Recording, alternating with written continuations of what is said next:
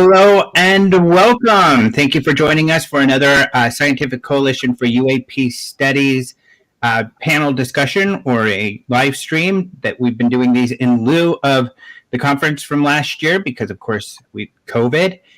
And we have a very exciting panel today. Conference from last year because, of course, COVID. And we have a very exciting panel today. And the people that we have put together a Nimitz report on, of course, the famous 2004 Nimitz event. But I'm going to read you a little bit about their bios real quick here. We're getting an echo.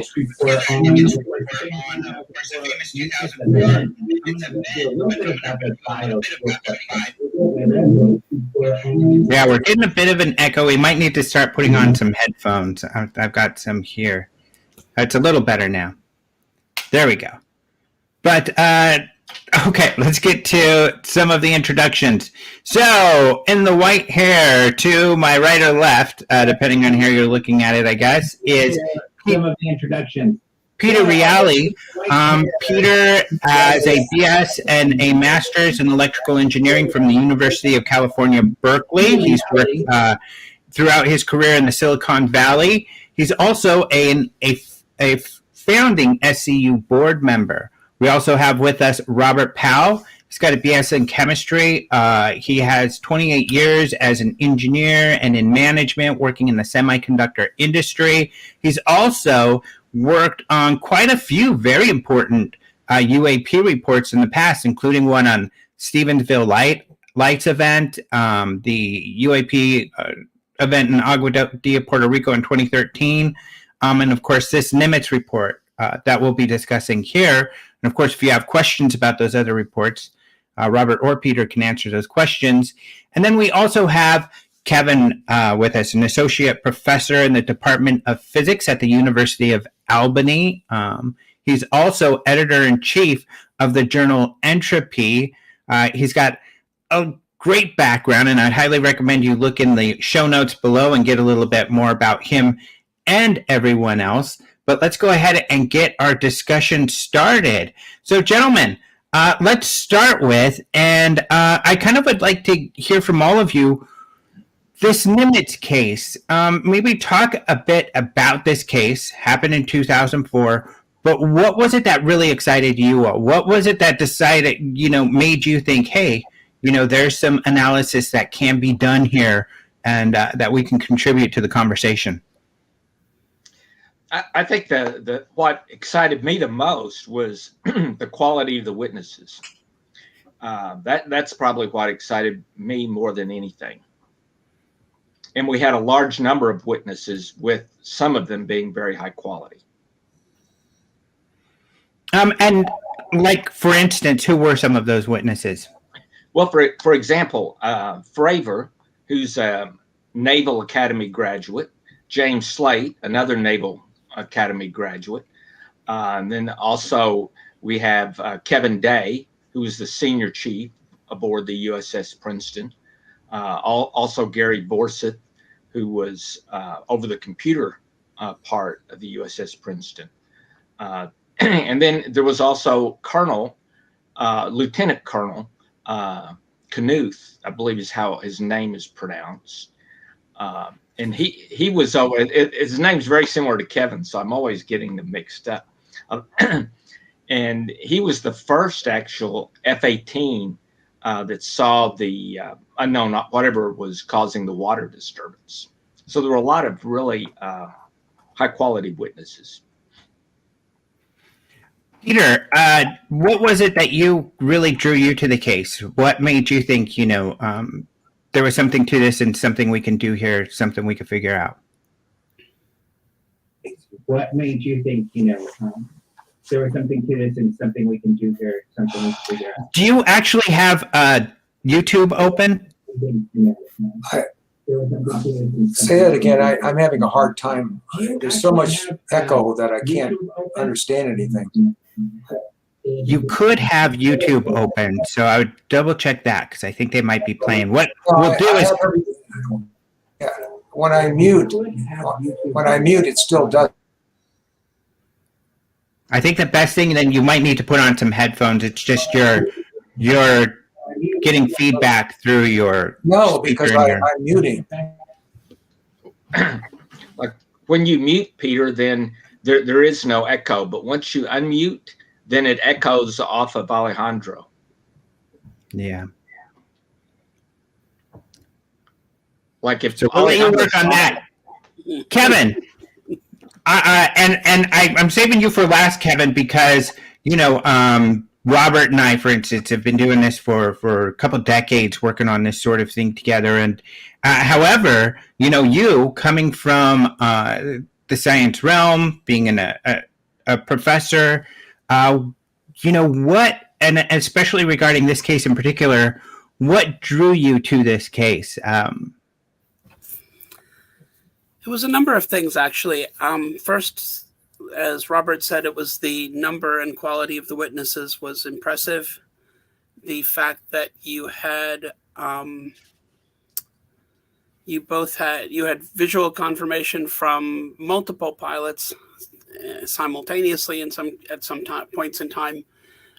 You had these things being picked up on radar, and so we had information from Senior Chief Day on how these things were behaving on radar, and then to top it all off, we had the FLIR camera footage from the F-18, and so I think together you've got multiple modalities in which this was observed. This wasn't just observed visually by pilots, but it was also observed electro-optically, and in at least two modalities. So it would have been fantastic to have the radar data released. That would be great, but we don't have that. But we do have somebody of the quality of Senior Chief Day who, could recount, what he observed, which with some accuracy, which was great.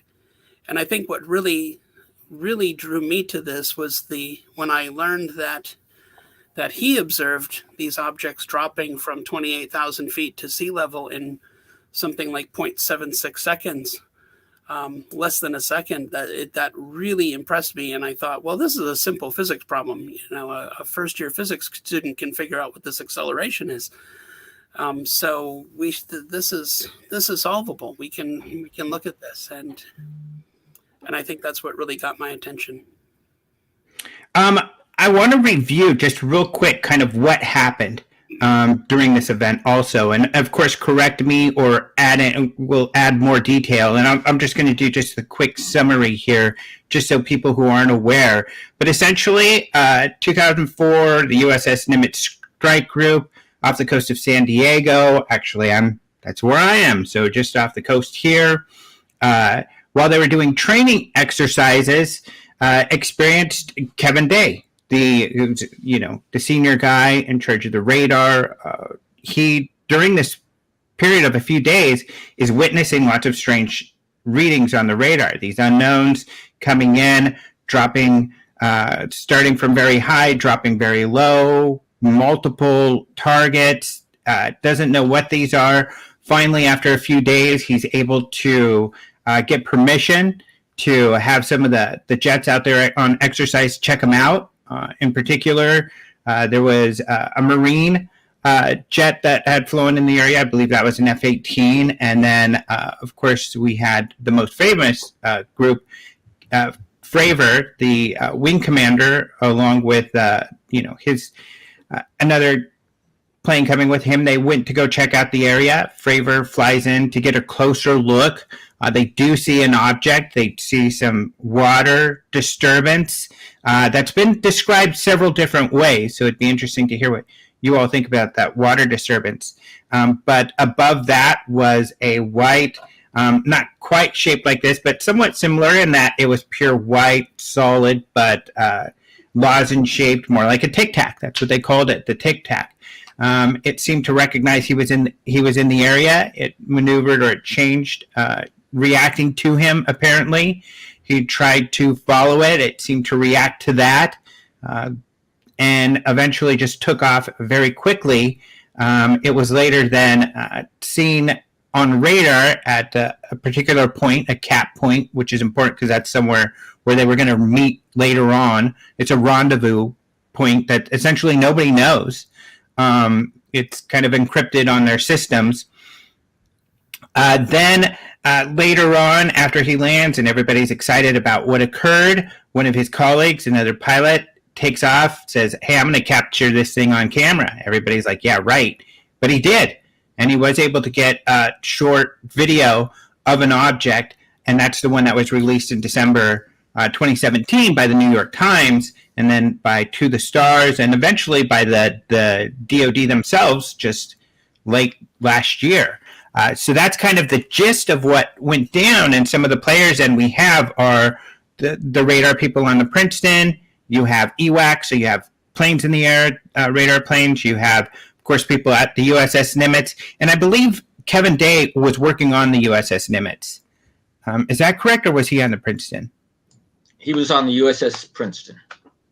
And then there's also a submarine involved. Supposedly did not capture anything on sonar. And I guess those are the major players. So, Peter, I guess what were your findings? Given what you guys looked at, what were these objects doing and how quickly were they maneuvering?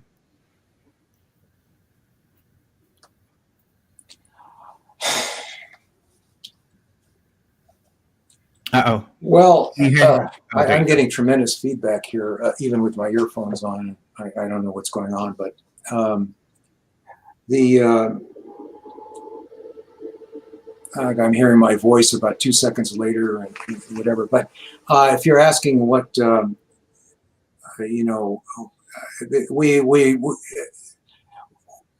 were three major events that we analyzed in the paper. One was of course, the going from 80,000 to 28,000 feet in like 0.78 seconds. And we also when Fravor was out by the Tic Tac and he had circled around and it took off and flew away at tremendous speed out of sight, we analyzed that one. And then of course, the flare video, the third one. And all of these had accelerations which were completely anomalous. And, what I mean by anomalous is that the word anomalous is, means the prefix a means not, and anomalous comes from Latin name. So it means it's unnameable, meaning, it's beyond understanding because they're, the most solid one was the video, because you actually you have a frame of reference and you can actually, it doesn't just depend on people's narrative. You actually have evidence, and we know that it's the actual video because of testimony. And you can actually measure because of we know about the camera, we know the angle of view, we know the approximate size. And so we can actually calculate the acceleration, and it comes out to somewhere between 50 and 100 Gs, which would kill a human and tear the airplane apart. And the only two airplanes there were an F-18 and then these E-2 Skyhawk, I think they call them, with huge dish on top. It couldn't handle more than a couple of Gs and probably fall apart. The F-18 would probably maybe 10 or 12 Gs and the wings would come off. And further we analyzed the power requirements for this. If an F-18, it weighs about, unfueled, about 16 tons. And we assume 1 ton. And you take the energy required to do this to especially, for the video, it's more than the airplane possibly has to be able to do that.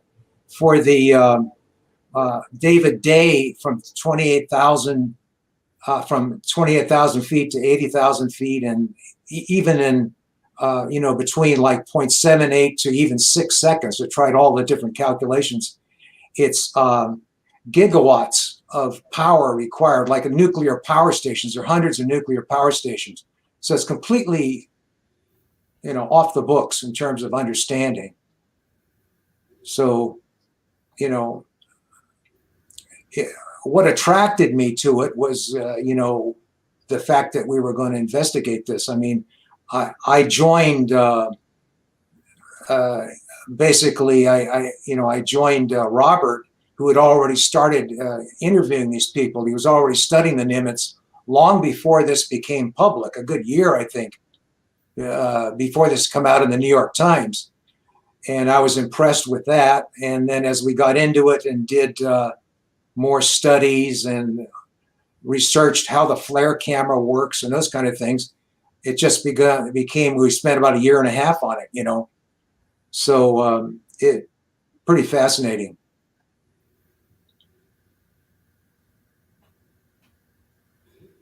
Sorry, You're muted. there is someone asking this question, and it is another important point: is how you obtained the data to come up with these numbers. He's mentioning something about using photo analysis versus telemetry, but really, I think neither of those were a major part of the data that you all were using. You were using witness testimony from witnesses for the most part, I believe. Kevin, is that true? And Yeah, well, it depends on what event we analyzed. We analyzed several different events. So when we when we looked at the what Kevin Day witnessed on radar, when these things are dropping from 28,000 feet down to sea level in 0.78 seconds, we used the information that he obtained from doing reconstructions on the Aegis system. So we use those numbers. For the case when Commander Fravor tried to approach one of these objects and it shot away, he said that it was out of sight in less than a second, something like this. And we were able to estimate how far it would have, something about the size of an F-18 is, how far it would have to be before it was out of sight. And so that gives you an approximate distance. And from that, you can get an approximate acceleration or an average acceleration. So in those cases, we used witness testimony because we didn't have hard data there. But in the last case, when we had the FLIR video and the object near the end of the video, the object, the system has lock on the object, and it loses lock as it accelerates off to the left on the screen. We were able to use that segment of video because the camera isn't moving at that point, the plane isn't turning, and we were able to analyze that video. We basically went through and measured pixel-wise where the object was in every frame. And knowing the field of view of the camera, the approximate size of the object, you can tell how far it's moved in each frame. And that allows you to basically fit your kinematic equations to this, which gives you your acceleration. And that's basically how we did this. And when you have that instance with the photo, it's not like there was necessarily telemetry to use. I mean, there's some telemetry that came in the video, but nothing that pertained to what you were doing. No, what the metadata in the video that was used was basically there's a scaling on the magnification of the image, and actually near the end of that video, during that segment that we analyzed, the magnification switches from 1 times to 2 times, and so we used that fact to. That informed us that the magnification is changing, and indeed you see that when you're mapping out the position of the object, and that is exactly what happened. Mm-hmm. Now, Robert, how does the Nimitz report compare to other reports that you've done, such as with Stephenville and Aguadilla? And given those differences, what is your confidence level with the Nimitz estimations as opposed to some of the previous ones? Well, the Stephenville report, what was unique about it was you had radar. We actually got the radar data. So we had the radar and the witness data. in the case of the Aguadilla report, that's basically video. That was the strength of that report. But in the case of the Nimitz report, I consider it actually a stronger report because of the quality of these witnesses, as well as the radar data that we know occurred, right? Although we have not been given access to it. And I'm very confident in the conclusions we drew based on that witness testimony. What a viewer should realize is that a video by itself, or a photograph by itself, or a witness by itself, none of those individually are that great. But when you combine them together, that's when you have a much stronger case. So in the Nimitz case, you have an example where the USS Princeton identifies a target on radar, and it sends the jets to that exact latitude, longitude, altitude location. And it's tracking not only these F-18s, the USS Princeton is also tracking the unknown. And when it says they're at merge plot, that means they basically are so close together, the radar cannot differentiate the targets. But that tells the pilots, you're in visual range. I mean, merge plot is within half a mile. And then they see the object. So that's too much of a coincidence to take that quality of testimony and say, oh, it's just a coincidence that the radar sent you to that location and you just happened to see something. That's, that becomes, like winning the lottery. What do you think, Peter? What are your thoughts on that? How do you feel about, what is your confidence level with the report? Well, I think that the quality of the witnesses is very high. They have nothing to gain from it. I mean, everything to lose and nothing to gain. And I think, like Kevin has said in one of his presentations, that how wrong can they be? I mean, these are expert pilots. They're not the greatest describers in the world. I mean, calling something a tic tac without any dimensions or as far as the truthfulness of it, I have no doubts. And in addition, the video has been, the government has come out and said that is the actual video, that it's a real video. And I think 2 or 3 pilots have said that is actually a video of the Tic Tac.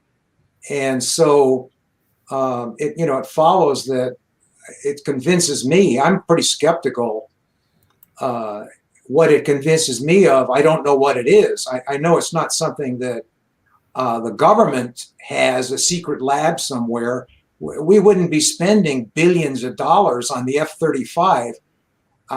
Also, this is 2004, right? And we still don't have anything that has the capabilities that this thing had. So people, if we had this, or a foreign government had that, they dominate. They would be so far ahead of any military. They wouldn't have to worry about anything. And, we spend billions and billions of dollars on hypersonic missiles and all this other kind of stuff. Wouldn't need it at all. I didn't work on the Aguadilla video, but I did read it somewhat, and it seems a very solid, and it, it comes, there's a lot more knowledge of where the actual video came from and the people involved that have been interviewed by the SCU. I mean, the SCU doesn't just put up videos and say, hey, look, here's a UFO or something. We do a scientific forensic analysis of everything. So, we'll back it up. We should back it up anyhow. Yeah, and one of the arguments that there was some kind of conspiracy going on, whether that be testing of something unknown or in the area to kind of see how they would react, or there's a lot of things that break that down, or that, higher ups were aware of what was going on at some level, is that, as Kevin Dave described, it was just something he was observing. And he was the one, after time, who asked if he could scramble, and they let him, send someone in the area to take a look. But it is kind of mysterious. There are some witnesses who say some of the radar records disappeared. And I know some of you interviewed the witnesses directly. Did they tell you that? And what do you make of that? So to my knowledge, Alejandro, I was the first person that interviewed Kevin Day. I'm fairly confident of that. I interviewed him in January of 2018, a month after the New York Times article came out. And I also then interviewed Gary Voritz, and I found him in Facebook. I interviewed him 1 month after I interviewed Kevin Day. A key thing that I did was I verified they did not know each other at that point in time. They had served on the ship together, but when I asked Gary if he knew of Kevin Day, he said the name sounded familiar, and then he went to his kind of like a alumni book, and he paged through it, and he said, "Oh yeah, I remember this guy. He was pretty sharp. He was our senior chief." So I verified that. Now, when I asked Kevin Day what happened, he told me that the day after the incident, he goes down to the central headquarters of the ship to get the logs, which are recorded on digital media, and they had all been deleted, right? So that was strange, and he said he'd never seen that happen. So when I talked to Gary Voritz, he tells me a similar type story, but different. In other words, he indicates that someone comes on the ship and actually takes the tapes, and they request that he deletes everything on the ship. So he's the one who actually deleted it. So I've got two independent witnesses who don't know each other, and so they've not been conferring about what happened, and yet they're both giving me a similar story, that the information on the ship has been removed. So that's I thought that was very good. In the same thing with that radar information that Kevin referred to, the 0.78 seconds. When I asked Kevin that was what he told me, 0.78 seconds. When I asked Gary Voritz that same question, right, after verifying he and Kevin, at that point in time, January of 2018, did not know each other. Now they do today. His response was, when I asked him that question, he said, "How long did it take you to make that thought?" And he said, "That's how long it took." So, and when we did the analysis, we looked at various numbers. What if it took 1 second? What if these guys were wrong and it was 3 seconds? What if it was 6 seconds? In all of those situations, you have accelerations that we are not capable of today, and we will not be capable of in 50 years. Kevin, I guess, what do you make of that? Now, there have been instances where some of these cases have been traced back to kind of small little scientific organizations or groups who actually look at some of the data here and there. It's fairly rare. I think Robert's come across that, and I know people like Paul Dean or some of the researchers have ran across that. Do you think there might have been some scientific analysis group that wanted to take a look at and analyze that information? What do you make of that? What do I make of the data disappearing? You mean in that? Yeah. I don't know what to make of it. That is very suspicious, and it's worrisome. It makes me wonder how anybody knew that the data was there in the first place. How did somebody else find out that these events happened? And then, to the degree that they realize that this is something that they need to take action for. So it's very strange. And I'm not sure what to make of it. It's possible. I mean, it's one thing to take the data, but it's another thing to delete the data. So deleting data suggests that there's some kind of cover up. They don't want people to know that this happened or let this information get out.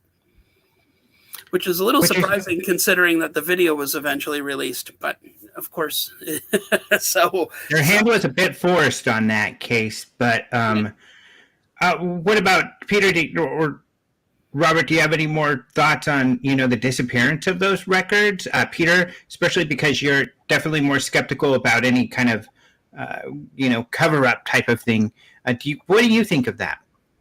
Well, there's a long history of this in the UAP history of records disappearing, people seizing records, and so I'm not surprised. But this is 17 years ago, and I think it's really hard to it's people's memories, those kind of things. It's hard to know, but I remember there was one incident where some civilians came on board and took records right after the event, and I've kind of heard both sides of that. I don't know. It's just another one of these things. You just till we have some evidence, we can't really say exactly what happened. But I know that just speaking to one of the events that Kevin analyzed, this the Japanese KAL Airlines in 1986. They had the radar at the control center, and records and stuff, and people came in and took the records. Unfortunately, he had a backup copy, so he still has copies of the records. But why they're doing this, I don't know. It's a mystery. Someone did mention that Fravor was skeptical that those records disappeared, and I believe that is true, that he is skeptical, but of course he wasn't a first-hand witness necessarily to that. Right. What I would comment on that is Fravor knew what was going on the USS Nimitz. And he may be right. Maybe nothing was taken there. I have no idea. We don't have information on that. But the USS Princeton, I don't see how he would know whether information was taken or not off of that ship. But going back to the conspiracy, Alejandro, I really hate conspiracies. And I've studied the UFO UAP topic going back to World War II. And prior to the Nimitz event, if you had asked me, does the government know anything and do they hide any data? I would have said, no, I don't think they know much more than what we know, and that they just kind of ignore it, right? Kind of like, I don't know if you guys ever saw Hogan's Heroes, but kind of like Sergeant Schultz. I see nothing, I hear nothing, I know nothing. That was how I saw the government in this whole issue.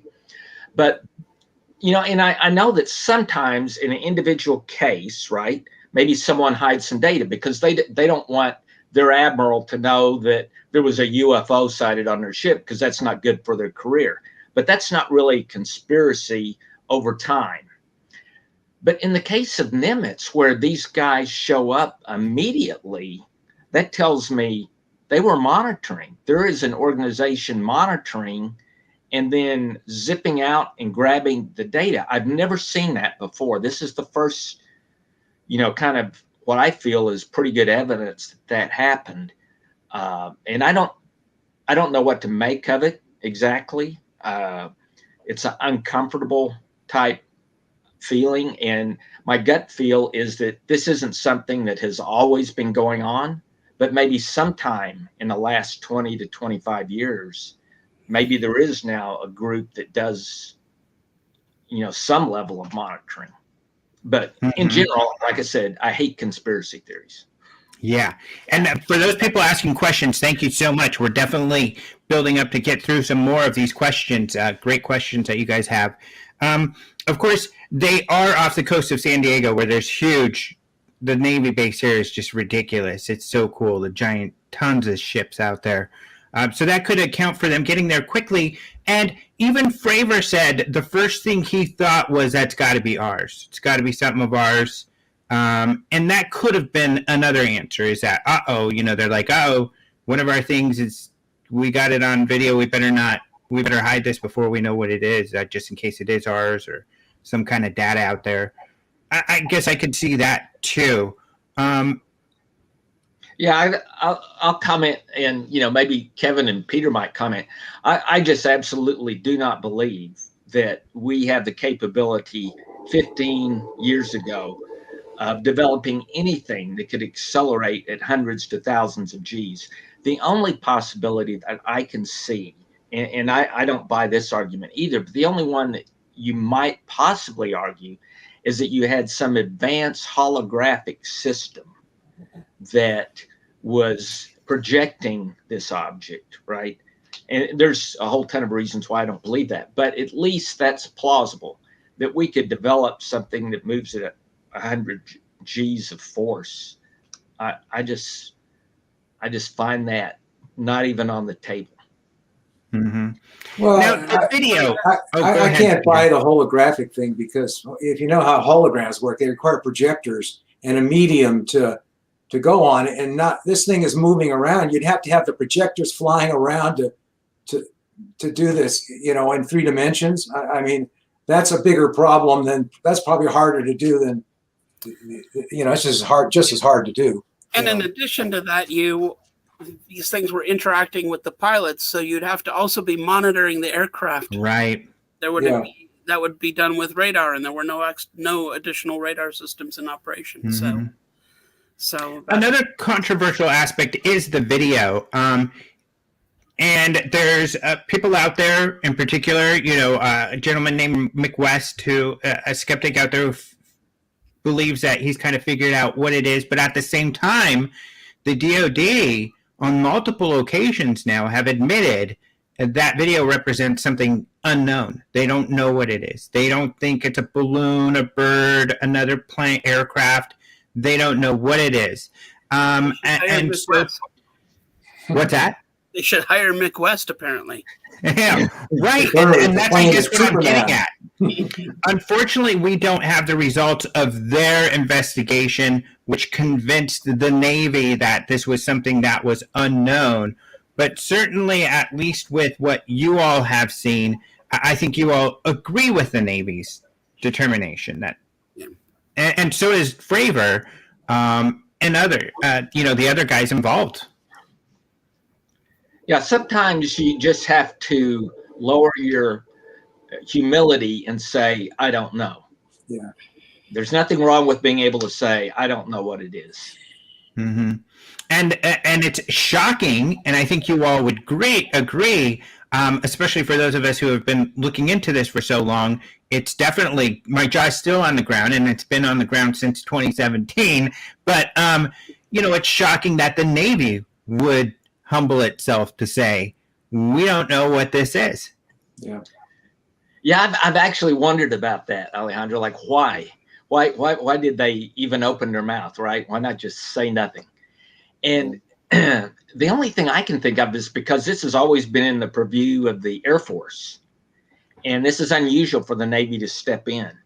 And this is pure conjecture on my part. The only thing I can think of is maybe they want a bigger piece of the defense budget. And they thought this was an excellent way to get their foot in to argue for that. Could be. And, and that may sound cynical, but a lot of the experts I've interviewed say the same thing, that often these sort of things, a lot of what goes on is all about the budget and how to garner some more funds and possibly even jockey some funds away from other services that have responsibilities that they're not meeting up to. So, hey, let's kind of slide some of this way. Yeah, I mean, it's amazing, how much the Navy is on the forefront of technology compared to the Air Force. For example, like your magnetic rail guns, which is a very advanced technology, that's the Navy. The laser systems, the first one deployed, one's capable of taking down another aircraft. That's with the Navy. They stay at the forefront. I agree. I think that the Navy, their, like their anti-missile defense systems and Spy 6 radar now, very advanced technology, drones and all kinds of. But maybe they just talk more than the Air Force does. I don't know, but better PR guys maybe. Well, actually, that's what Brian Bender told me, is that the Navy actually has professionals. Literally, they are people who have gone to school for communications and journalism, whereas in the Air Force, you're assigned it. So you may have no interest in PR, but you're assigned to that department. So he said, yeah, they're just kind of getting in front of the story and doing a better job PR-wise. And that may be true. And other people have made a comment that it may affect their budgets with this UAP task force, with the Air Force not getting involved. There might be money when the Intelligence Committee is looking at it. Definitely, and those are the people who hold the purse strings. Then there's definitely going to be some sort of political jockeying going on with the topic. And there's a question about the the Navy may be more involved also because some of these things are witnessed underwater or going into water and coming out of water. So that's another issue where the Air Force wouldn't be involved. Another question, and speaking of strange Navy behavior, and that somehow got tied to this whole thing, and it's along the lines of what we're talking about, and people are asking about this too, are the patents, these strange patents. And interesting enough, the first time I saw them was Lou Elizondo, the guy who worked for the Pentagon, showed me these patents and said, this is kind of weird, look at this.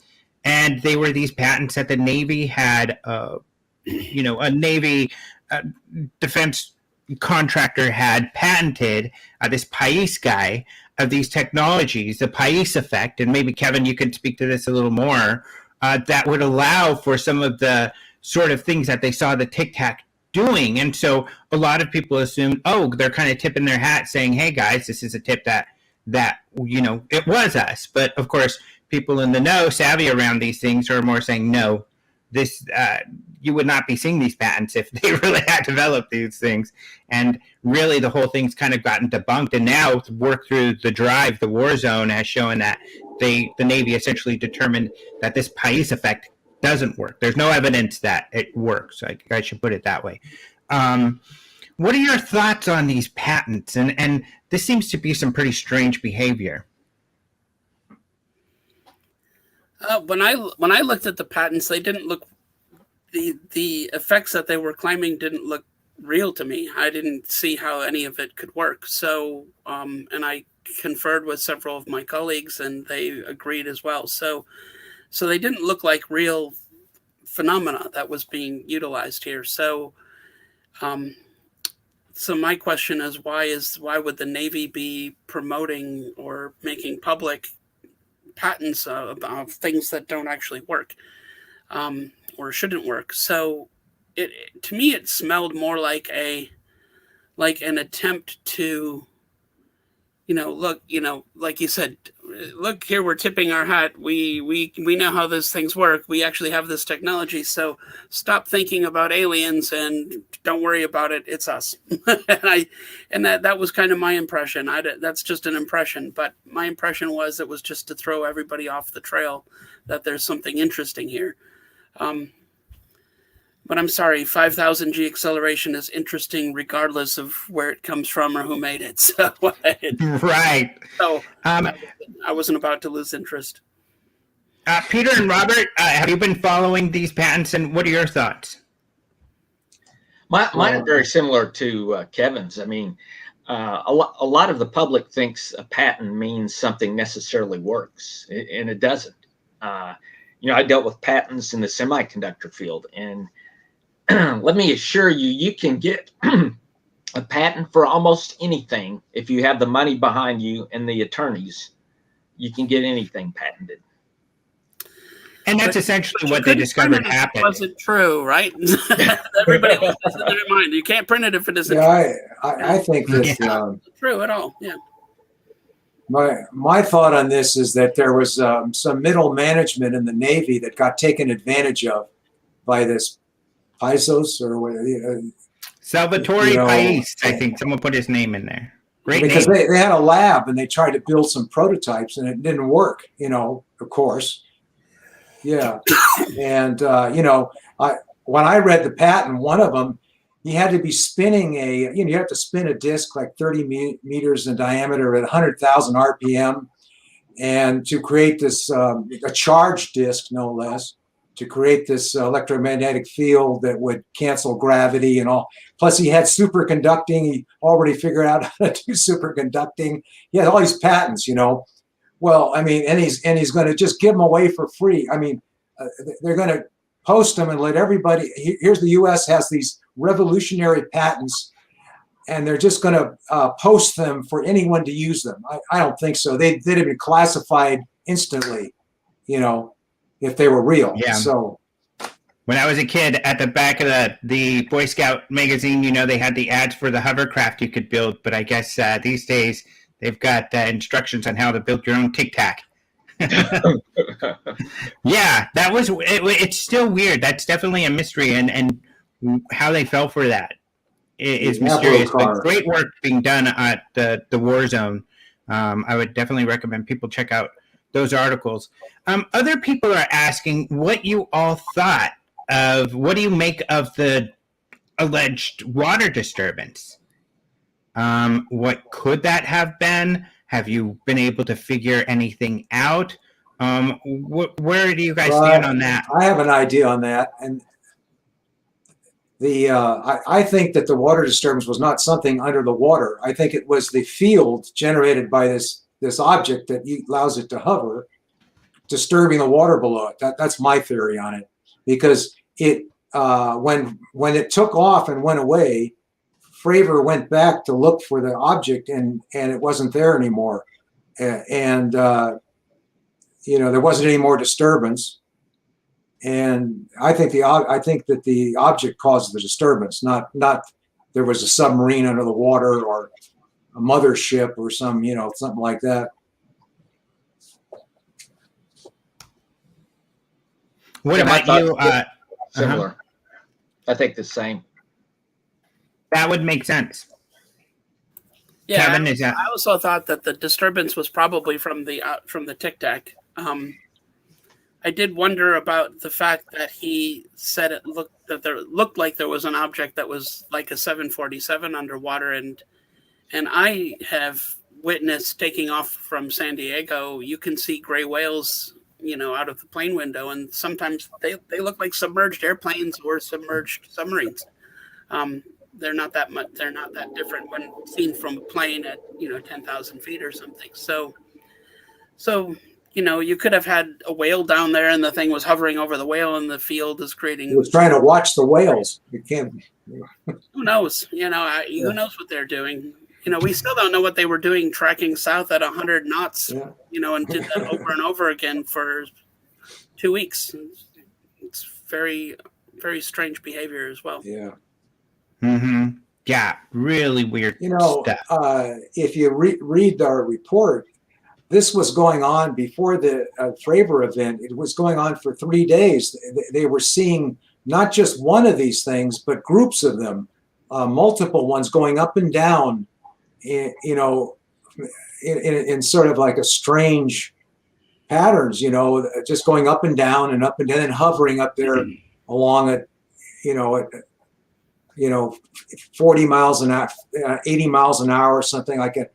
I mean, a plane can't even, most jets, the stall speed is way above that. They just fall. So, and a balloon certainly can't go, hundreds of G's. I mean, it's just like, it's a mystery. We don't know what it is. Yeah, we don't know what the heck. Someone had mentioned a bit ago that when you were talking about the Pais effect, Kevin, that 2 or 3 years ago, superconductivity at room temperature was confirmed. But if I remember, they might be referring to, I think that was just like for a short period of time they achieved that. I remember something like, I don't think he's framing it correctly, I guess is what I'm saying. Do you know what he's referencing at all? No, I mean, recently there'd been some advances in superconductivity at room temperature, but yeah, I don't know. I'm not sure what that has to do with the PICE patents, in the sense that it's not clear how. I mean, I read an article about that. You know, the good news is they have room temperature superconductivity. The bad news is they have to have it under a pressure of thousands of tons of pressure on a little tiny little crystal to make it happen. It's not practical. I mean, you can't. Yeah. So I want to hear what you guys think of this comment. This person's saying that when you use the photo analysis, you get different results than if you use the telemetry and the FLIR. But I think we're talking about very different numbers and data. So that doesn't seem to be, I guess, could you speak to that? What are your thoughts on that comment? I'm not sure what telemetry on the FLIR they're talking about. The FLIR wasn't tracking speeds. It didn't have the distance. It didn't have any of that information. So. There wasn't any telemetry. Yeah, there's no telemetry. Yeah, I mean, it shows maybe what direction the camera was facing. That's about all, I guess. You have the airspeed of the aircraft. You have the direction the camera is facing, and that's basically it. Yeah, so there's not much you can get there. So, yeah, so if you want, if you have some specifics that you want to ask about, definitely put that in here, and we'll get to that. So this report you put in your journal, Entropy, was submitted there. How was it taken? How was it accepted amongst your peers? Well,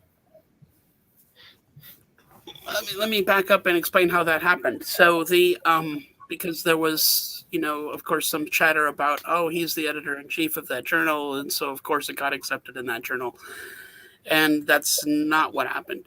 I presented this research at the MaxEnt conference, the Bayesian maximum entropy and Bayesian methods workshop, which was at the Max Planck Institute for Plasma Physics in Garching, Germany. And so I presented this work there, and the conference organizers had made an arrangement with our journal that the proceedings for that publishing company would publish the proceedings from the conference.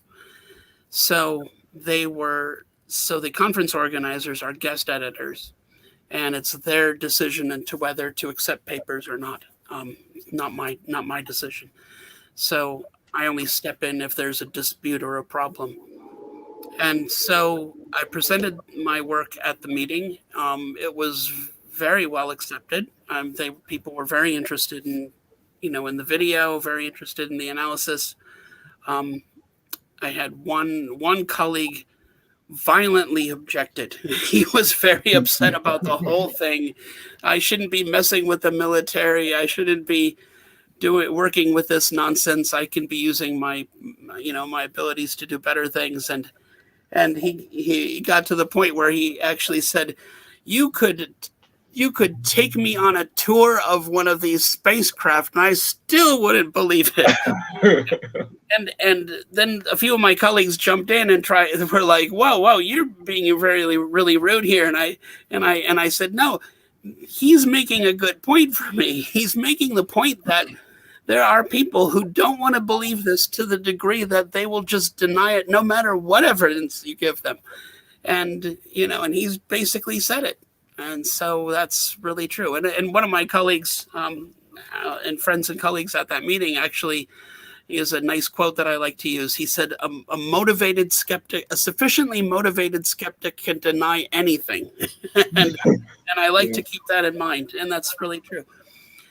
So, but otherwise, the other participants were all very interested. There were lots of questions. It was all very positive. And then the organizers asked if I would write this up into a longer paper that they would then publish in the journal as a longer paper presented at the meeting, and I was more than happy to do that. So I was glad that they were interested in seeing it. So I wrote this up with Peter and Robert, and we then had it reviewed. We had 3 reviewers, and I think the reviewers' comments were all very reasonable and actually helped us improve the paper a good deal. One of the reviewers had suggested could this not be a hologram? And of course, that came up, and his thinking was you could use multiple lasers to excite a patch of air, and you'd create a plasma which would reflect radio waves, so it would show up on radar. It would heat up the air, so you'd pick it up on an infrared camera, and visibly pilots would see it. But we basically worked through what it would take to do that. You'd have to be shooting the lasers from land because there were no ships in the area. The angles would be too low because you're too far over the horizon, and you'd have to, because these things were interacting with the planes, as I mentioned before, you'd have to be tracking the airplanes and then actively changing the behavior of the lasers to excite the air to interact with the planes. It totally wouldn't work. Mm-hmm. So, it worked good on a stage, Yeah, it would make a good movie. Not flying around. Yeah, that's right. So, and we presented that argument back to the reviewer who yeah, sure. And, opted, decided that the paper should be accepted. So I think it was, we did a very careful job, and we did a careful analysis, and we fortunately had a scientific audience who was willing to look at the data and look at the analysis and look at the results and say, yeah, that's what you get. That's what I would get if I analyzed it. So I'm not sure exactly where he's going with this question, but here's a question. NASA was conducting the X-43A Test 3 in the operational area during the series of events leading up to the November 14th event. Shouldn't they have been aware of any unknowns in the OA, the operational area? I'm not sure which day he's referring to, but I'm sure you all were aware of any testing going on in the area, or you looked into it. I had heard that there was testing going on. I didn't do that aspect of the study, so I don't know any details. Yeah. There was some testing prior to when all of this occurred. It was not in this exact area. These guys have a military operating area that they're in control of, so there's not and going it's to be huge. Yes, it goes from Dana Point down to Mexico as far as coast-wise. So off of our coast, there's helicopters, jets flying over me constantly.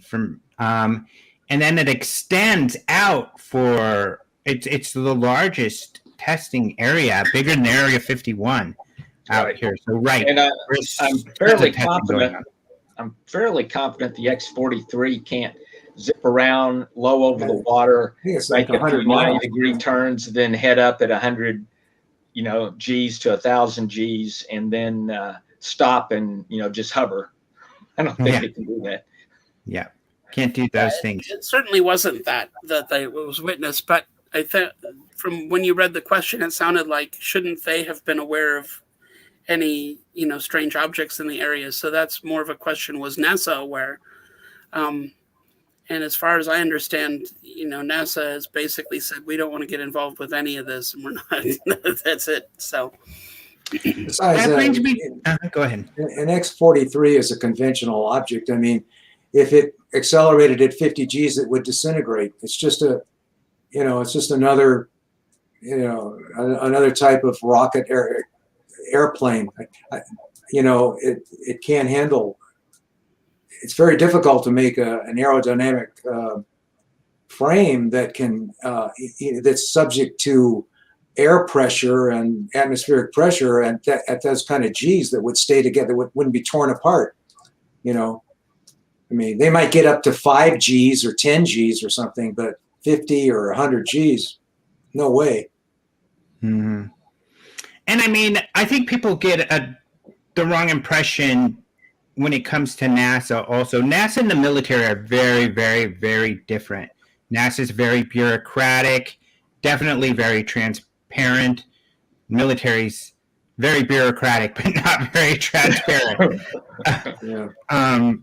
So I mean, they are much different in that, and just because I think the NASA conspiracies are really silly, even more silly than the rest.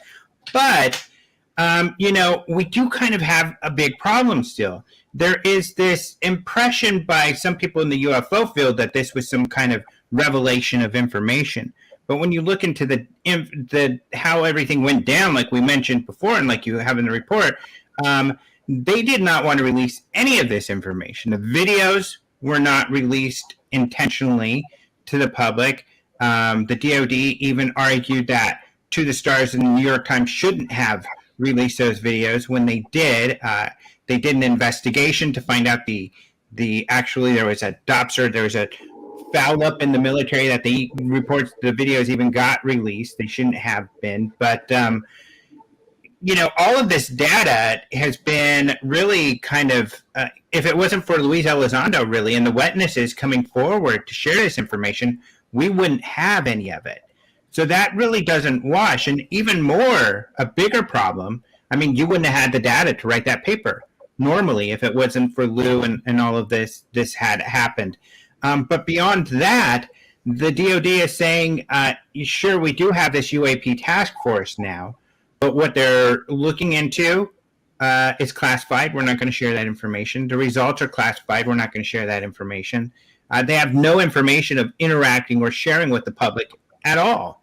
So especially for an organization like SCU that's trying to analyze data, they're not willing to share that data, unfortunately. Do you have any hopes that will change at all, especially with this upcoming report that they're supposed to be submitting about, you know, what they have acquired or done in this arena, all the different, and hopefully, you know, it's supposed to be a lot of different intelligence agencies donating to this report.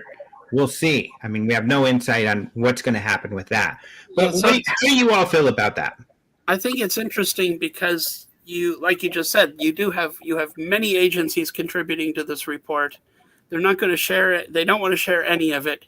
Yet there's nothing to see here, nothing to get worried about or excited about. So it's hard to believe. I mean, they've got a credibility problem if they're not going to share it. So.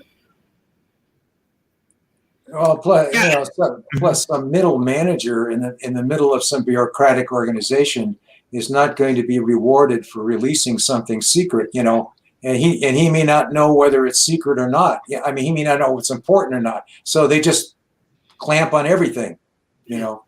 Yeah. I mean, that's an excellent point. I mean, it's basically CYA, right? There's nothing to gain and everything to lose. Everything to lose, your career, you know.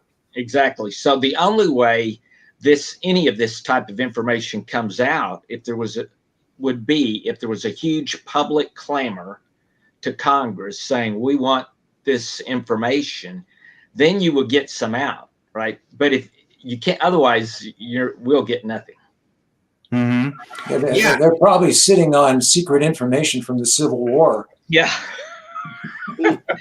Well, and, you know, and I would tell the audience that, you know, these sound like opinions, and opinions sure can be a dime a dozen, and a lot of people on these podcasts have opinions, but that the opinions that you all are sharing are actually much more educated than even the vast majority of UFO researchers, I would say, just because, you know, Robert, you've literally written a book on government, you know, UFO papers and involvement, and you all have, as part of your investigation in this, have, you know, interviewed these guys and to get the idea of the situation.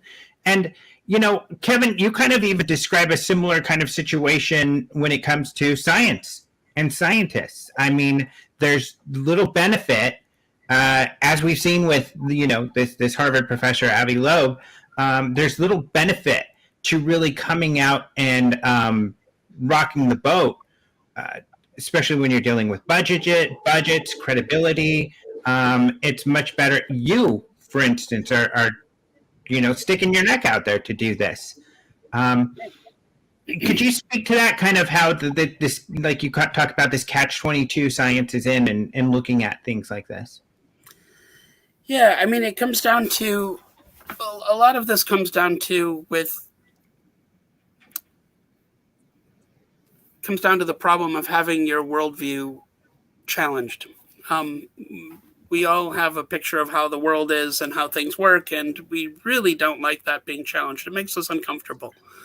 So, and scientists are just as prone to, that discomfort as anybody else is. And so I think what you see is, we've seen scientists behave very much like Galileo experienced when he tried to get bishops to look through his telescope, and they refused. We don't trust them. They say the same things even.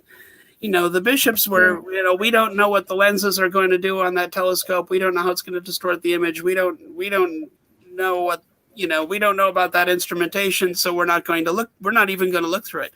And I've heard people say the same things. I don't know exactly what a FLIR camera records, and we don't know, what if an insect got in there and buzzing around, and, I literally, from good college, solid scientists have said really ridiculous things about these, these instruments. Now,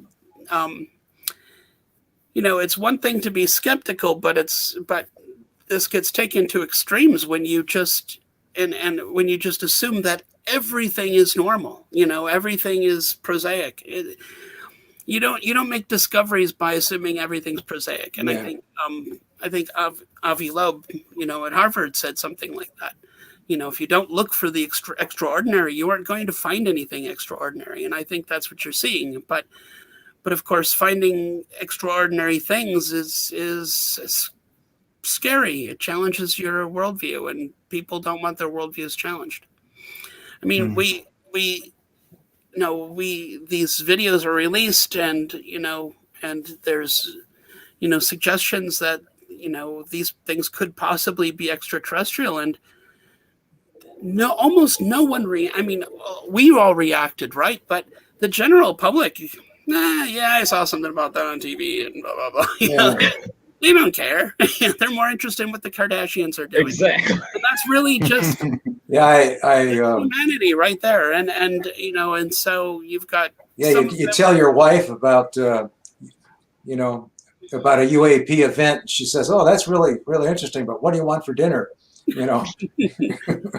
So life goes on, and so so a lot of scientists found this kind of interesting, but some of them found it interesting. Some of them really reacted, like my friend. I wouldn't believe it if you took me on a tour of one of these things.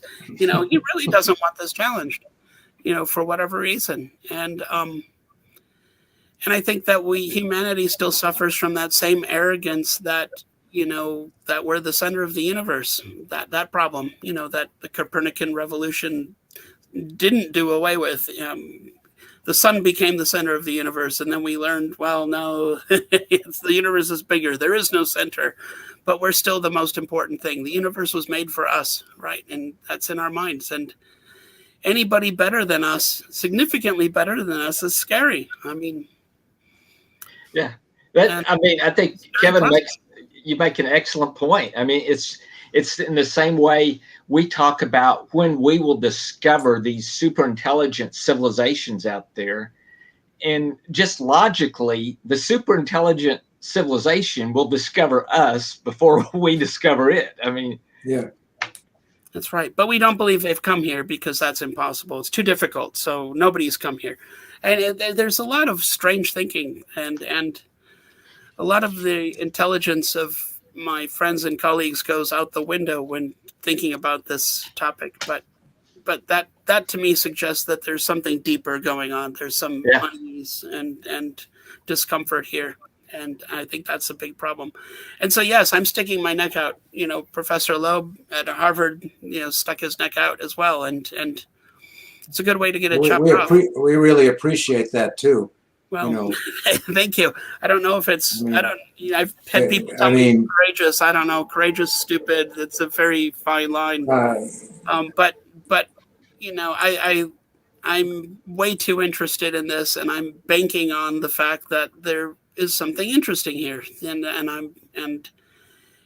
as I told my colleagues, actually, when I gave the presentation on the Nimitz case and our analyses at the Max Planck Institute, I started out by saying, you know, why am I going to be talking about this? And I said, because 10 years from now, I don't want to be kicking myself for not looking into it and having missed the boat. And so, yeah, my advisor in my PhD advisor had been studying neutrinos coming off the sun, and they were having problems because they found that the surface of the sun is vibrating back in the 60s. And so they abandoned the project and they didn't publish anything. And then several years later, another research group gets the Nobel Prize for discovering solar seismology, for discovering that the surface of the sun is vibrating. And so my advisor would tell me the story all the time, and how he missed out on the Nobel Prize. They didn't even publish their discovery because that wasn't what they were studying. It wasn't a big deal. And so, yeah, I don't want to kick myself 10 years down the road. Plus, the fact is that we've been ignorant about this situation for 80 years, and for at least 80 years, since the 1940s, I'm just saying, right? So, this attitude among scientists that this isn't worth studying, and this attitude among, government leaders that, well, we can't talk about this, we got to keep it classified, has led to this situation where almost 100 years later, we are still almost just as ignorant about the situation as we were then. 100 years and we've barely learned anything. Now, has the government learned, has some aspect or program of the government learned something? We don't know. But as a whole, we've learned nothing. The Navy is like, we're encountering these things and we don't know what to do. Congress, please help. That's 80 years. That could have been solved by putting scientists on the problem in the 1940s. Of course, we were worried about Germany at that time, but, after Germany, we could have done that. We could have looked at this problem, and we still don't know how serious the situation is. We don't know what the situation is, and the situation could turn out to be very serious. If these things are a threat, we're in big trouble. As, Kevin Day, said that even. If these things are hostile, we're in danger, and we're pretending it's not real, so exactly. And we might stop worrying about climate change really quickly when we find out what these things are. Climate change, right? Forget the pandemic. There's one that you have to deny it, But we don't know what the situation is, and why don't we know? Because scientists don't study it, and ridiculous. I mean, if you look at civilizations having a certain lifetime, and let's say they're in the universe is billions and billions of stars, the chance of running into a civilization that was close to us in development is pretty small. I mean, most would be behind or way ahead of us, and so it's if we meet something, it's more likely they're ahead of us, because if they're behind us, they're probably using steam or windmills or something, But so they have to be far ahead of us, and like Robert said, they'll probably discover us first. Well, and there's new terminology being used that I think is kind of allowing science to move towards what like SEU and others are doing, but doing it in a manner where they can still deny, oh, we think what they're doing is silly, but we're going to start looking for techno signatures. Yeah, Where I love techno that. signatures, Yeah, archaeological. I've been to several of those meetings, and so yeah, that's exactly. Yeah, right. They're willing to look for alien artifacts on the moon or in the asteroid belt, but not on Earth. That they wouldn't come here. God forbid you'd come to the most interesting planet in the solar system, but you park yourself, 256 miles and miles away, and then remotely observe the Earth. No, nobody do that. They put a face up there. We'll put a face on Mars. Yeah, let's go. Two more questions, and then we'll kind of wrap things. I think you guys sufficiently answered questions around the videos, I feel. But one last question would be, how important is the video to the report? It seems like even if that video didn't exist, you would still have a very interesting report. Yeah, I think you could, I mean, not that you would want to, but you could throw the video out the window, and the importance of this event has not changed. Mm-hmm. Well, I do think the video adds a solid, some kind of not objective analysis rather than depends on narratives.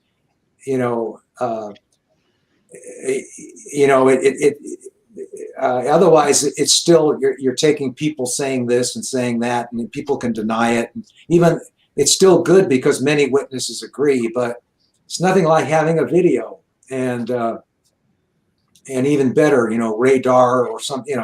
That's what we're looking for. Mm-hmm. So, the final question, I guess, is looking at the future. We have the Stephenville report that was done through the Mutual UFO Network, part of your work with them on a big case that was a big media case. And in fact, I didn't even think it was blown out of proportion until you did your investigation, Robert, and found that radar data and showed there was something to this. The Aguadilla case, which kind of helped found the SCU, and now this one. So the cases with real data are certainly far and few between. So where do we go going forward? Where are we going to get that data? I think, that's something we talk about at SCU quite a bit, I think. And Peter, you've talked about this before. And I know it's something you've been thinking about. When I joined the SCU, I thought that perhaps the model we should use is kind of like storm chasers, we have our own instrumentation, our own scientific group, and we go out and have these things in the field. And when a specifically good event occurs, we record the data ourselves. That's, unless somebody gives it to us, we have nothing to analyze. And I think we're moving in some directions like that, trying to start with maybe some instrumentation that we could maybe have a release open source or something like that, like SETI, a model like SETI, where we have to have their own instruments and their own telescopes and everything. We'd have to have our own measurement devices somehow to capture some of this. Then we could we'd know the provenance of it. We could control the information, because there's such a problem with one of these. When one of these things goes out, it goes out everywhere, and the stories start building and changing, and one talks to another, and there's no facts, and there's opinions, and it has to be documented and controlled, and that's what we try to do, to be scientific about it. So it's solidly based in objective reality. So what do you got? Kevin and Robert, do you see a problem with this? Where are we going to get this data, especially if the Nimitz situation had to be snuck out to us? I think we got lucky on that. Fortunate in that we were fortunate with the Nimitz data. The other videos, while they're fun to watch or interesting, they don't tell you that much. The Go Fast video, the only interesting thing I was really able to glean from that was that the UAP was cold. I mean, you don't have many aircraft that are cold. I mean, that's strange.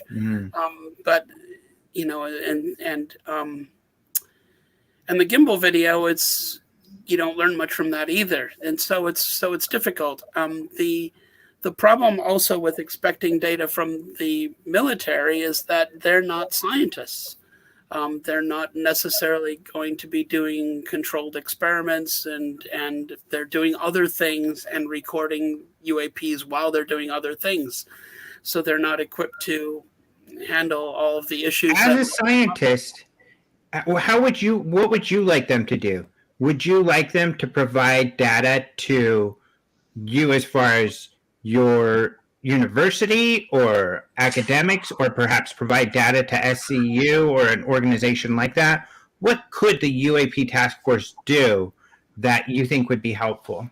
No, that's a great question. I think that, you know, they do. I'm sure that, you know, from what I understand, they do have some data and imagery and whatnot. So I think that it would be wise for them to involve scientists in some way, to have, you want as many minds as possible working on these problems. You don't want a handful of people who can't talk to this handful of people, and you don't solve problems that way. As I mentioned to Lou Elizondo, you know, it's often, you know, people, especially who do secret work, tend to think that that's the main job in town. That's the only thing that really counts and matters. But we forget that, you know, the Wright brothers, bicycle mechanics, created the airplane, right? How did the airplane affect the military? That came from bicycle mechanics. Albert Einstein was a patent clerk, right? You've got to employ a lot of people and put a lot of minds on these problems to get these breakthroughs.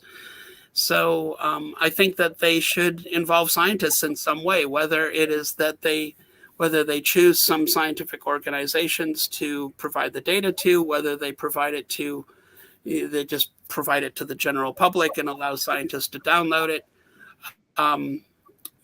That's up to them how they want to handle that. But I think it has to be, you know, analyzed with scientists who use the scientific method, communicate with other scientists openly, and so that we can make some progress here, because there doesn't seem to be that much progress made so far. You know, nobody knows how these things fly, and nobody knows how these things are accelerating at 5,000 Gs.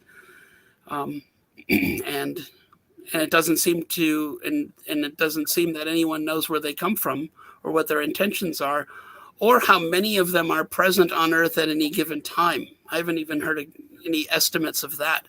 So that was a question I asked Lou Elizondo, and he didn't have an answer.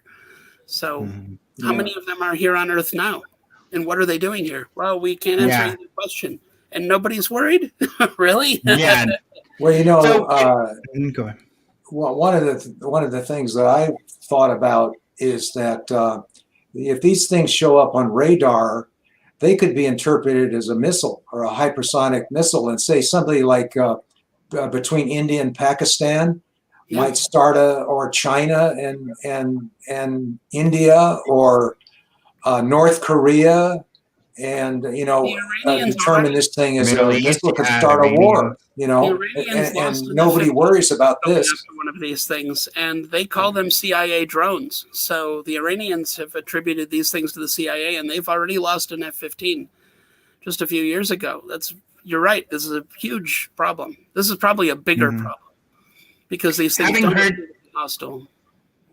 What Kevin and Peter have said, Robert, you know, having literally written the book on, you know, government involvement with this topic, what are your thoughts as far as what they likely will do and what they should do? Well, what they will likely do, you're talking about this task force. Correct. It will just be a generic statement of some type, and there won't be any real information that comes out. What they should do is they really should provide the information like Kevin was mentioning to scientists, because if we as a civilization ever encounter another intelligence, that's an issue for the whole world, not for these little governments and nation states. That's something that affects all of humanity. And so I think that information needs to be provided. Mm-hmm. Well, and in other scientific endeavors, such as NASA's, that sort of information is shared. I mean, especially when it comes to NASA and some of that, where there's all kinds of crowd citizen science being utilized for that. And they're making a lot of incredible discoveries. And the whole world gets to watch what Perseverance is up to. And nobody's classified that or worried about it. Yeah. I think I read that during the time of Project Blue Book, they submitted this to the Battelle Institute. And for part of it was a psychological study of what would happen to civilization if people knew there were actually, advanced civilizations coming to Earth and whatever. And they thought it was very destabilizing, and that it would cause panic. And I mean, there's people that said no, it wouldn't. They just accept it. But that's kind of like, yeah, there's aliens out there. But if they land and they're a million years ahead of us and could have godlike powers to do things, certainly our government is going to lose its authority. And if you look at history, like what happened when the Europeans landed in South America, to what happened to the native population, and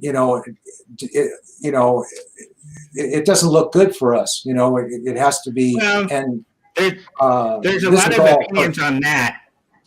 You're definitely going down the Hawking road, and there's others who, certainly felt differently. People like Michio Kaku or Tyson, or, a lot of people feel differently. But the point being that, I guess, whatever is happening, if there is intelligence behind it that we're not familiar with, it's not a full-scale invasion, but so we don't know the nature of it. But if there is something like that going on, I guess to the point of most everybody, we should try to figure out what that is, even if it is 80 years is way too long to be ignorant. Mm-hmm. Yeah. We're playing a very dangerous game at this point. Mm-hmm. Well, thank you all so much. I think that was extremely interesting, and I think we got to a lot of the meat of the importance of all the trappings with this case and the importance of it and kind of where we're headed. And I think a more realistic view of where we're headed than a lot of the public is really. A lot of the public are making uninformed kind of opinions on this topic. And that's what's great about a panel like this, where we can get very informed opinions. People are taking a very serious look at all the data available. So the information you guys are providing is invaluable. So thank you so much. I did put the links on the chat, but I'll put them in the show notes if they're not, for the Entropy article, and to go to the SCU and to see the Nimitz report. All of the reports that we referred to, you can see at the SCU site, explorescu.org, and more. There's a lot of other academic reports on this topic, because there actually have been some over the decades. Not a lot, but there's been some over the decades that are up at the website as well. So thank you all very much. Also check out the website. I think, is there information up on the next conference, the virtual conference? Is that on the website now? It should be there, yeah. Yes. Yep, great. So check that out. So again, because of the pandemic, it will not be live in person, but it will be virtual online, so people can check that out there. That's going to be really exciting too. All right. Well, thank you all so much. Was there anything else I forgot to plug or point people to? No, it was great. I enjoyed this conversation. Yeah. Me too. I mean, you might mention UAPX as well. We're still planning on having a mission to getting a research vessel out at sea south of Catalina Island to actually look for these things. So that's just right out this way this year. So, I sure hope you get some videos Okay, or something. great. You know. we're going to try. And, So, you also have some like gravitational things and stuff like that too, right? we have a Yeah. good array of equipment we're going to bring out. So we actually have FLIR cameras ourselves and lots of other equipment. So we'll do our best. UAPX. Collect data. It's the only way we're going to get information. So All right. gonna try. Well, thanks, All right, Alejandro. and I'll put, Yes, thank you for having I'll us. put that link Yeah. in here too. All right, thanks, guys. All All right, thank you everybody for joining. A lot of activity in the chat, lots of great questions. Thank you all so much for joining. And of course, send the link to this video to all your friends who are interested. Great stuff. And please do subscribe to the website by hitting the subscribe button down there to our YouTube page and the little bell because the SCU will continue to do videos over time like this that you'll be able to enjoy. And it's wonderful to see you guys live and get your questions. So thank you all so very much. Until next time, we'll see you later. Thanks, guys. All right, thank you. Bye. Bye. Bye.